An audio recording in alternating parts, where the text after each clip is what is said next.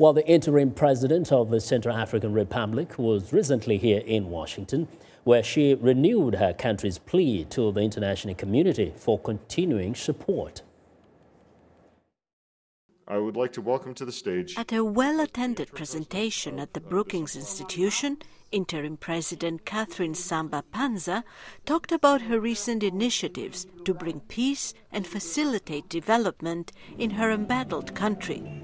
Political instability and continuous internal conflicts have devastated her country for 2 decades. Sectarian violence displaced over 500,000 people. The death toll, according to the Associated Press, is approaching 5,000. And over 2 million people, 54% of the population, are in need of immediate humanitarian assistance. La République centrafricaine connaît une forte mobilisation.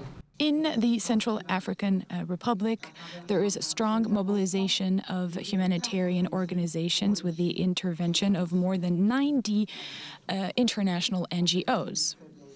In spite of this, there is weakness in accessing basic social services in the country. And I seize the opportunity to launch an appeal for everyone to support my government in re-establishing access to basic social services in the country.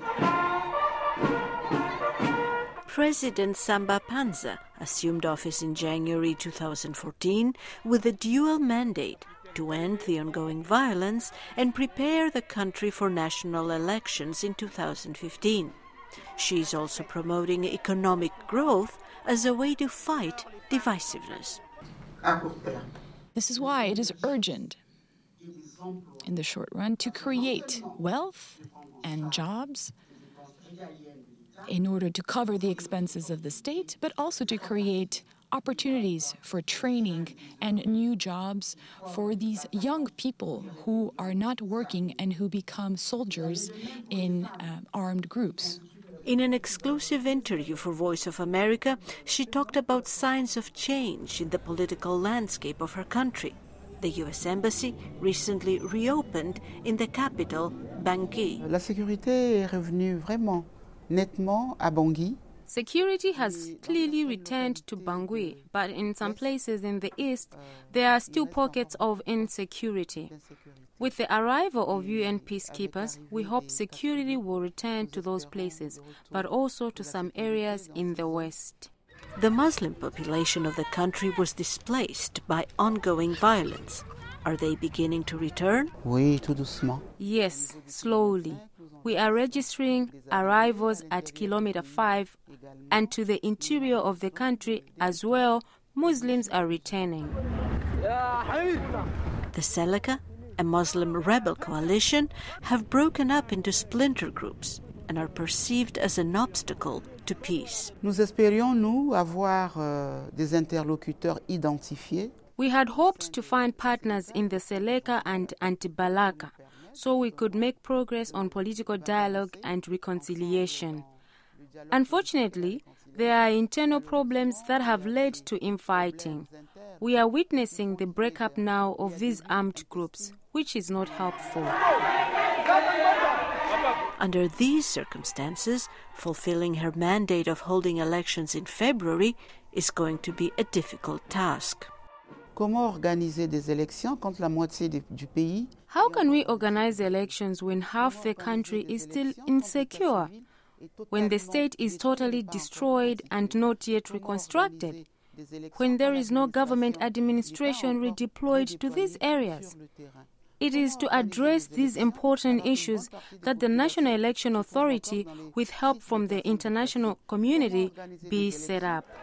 The interim president of the Central African Republic concluded that when the National Election Authority is set up, it will analyze the situation and propose a new timetable for elections. Well, for more on the interim Central African Republic leader, we're joined by VOA's Zoe Leoudaki, making her debut on Africa 54. Zoe, welcome to the Africa 54 family.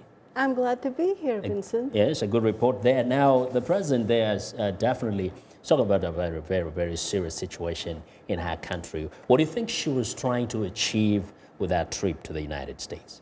Well, you see, President Samba Panza, both at her presentation at the Brookings Institution and at her speech at the United Nations General Assembly, she used both of these as a platform to inform the international community of the grave challenges her country is facing.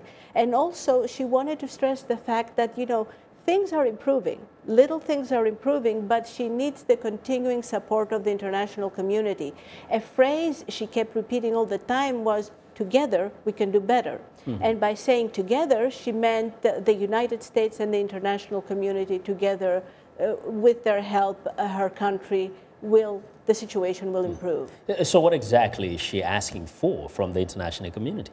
Well, the issue is that you have different factions in her country fighting, and people not wanting to live together. So you have violence. So the first step she's trying to do and to take is stop the violence. To stop the violence, you need UN peacekeeping troops on the ground, and you need a lot of them.